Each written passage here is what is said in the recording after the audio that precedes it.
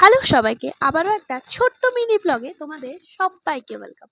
দিনটা ছিল 25 ডিসেম্বর আর আমরা এসেছি আজকে জয়চণ্ডী পাহাড়ে।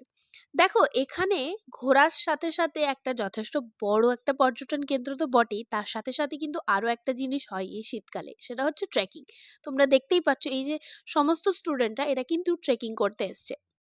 সারা শীতকাল জুড়ে কিন্তু এখানে ট্রেকিং এর ব্যবস্থা করা হয়। বিভিন্ন জায়গা থেকে বিভিন্ন প্রশিক্ষণ কেন্দ্ররা তাদের স্টুডেন্টদের নিয়ে এসে এখানে ট্রেকিং এর ট্রেনিং নেন এবং তারপরে বেশ কয়েকদিন যাবত তারা থাকেন এবং তারপর ট্রেকিং হয়ে গেলে আবার বাড়ি ফিরে চলে যান। তো যাই হোক, এভাবে আমরা আজকে মেলাটাও ঘুরে নিয়েছিলাম। অর্ধেক মেলা তো প্রায় বসেইনি, তবে হ্যাঁ, 28 ডিসেম্বর থেকে আমাদের জয়চণ্ডী পাহাড় মেলা শুরু হচ্ছে। সন্ধ্যেবেলা এসেছিলাম চার্চে, প্রথমে আমাদের রঘুনাথপুর চার্চে এবং তারপরে এলাম আদ্রা চার্চে। তো আদ্রা চার্চে তো মানে পা ফেলাই যাচ্ছে না, এতটা ভিড়। তো যাই হোক, সকাল থেকে রাত পর্যন্ত বেশ নিজের মতন ভালো করে একটা দিন কাটিয়েছি। টাটা সবাই।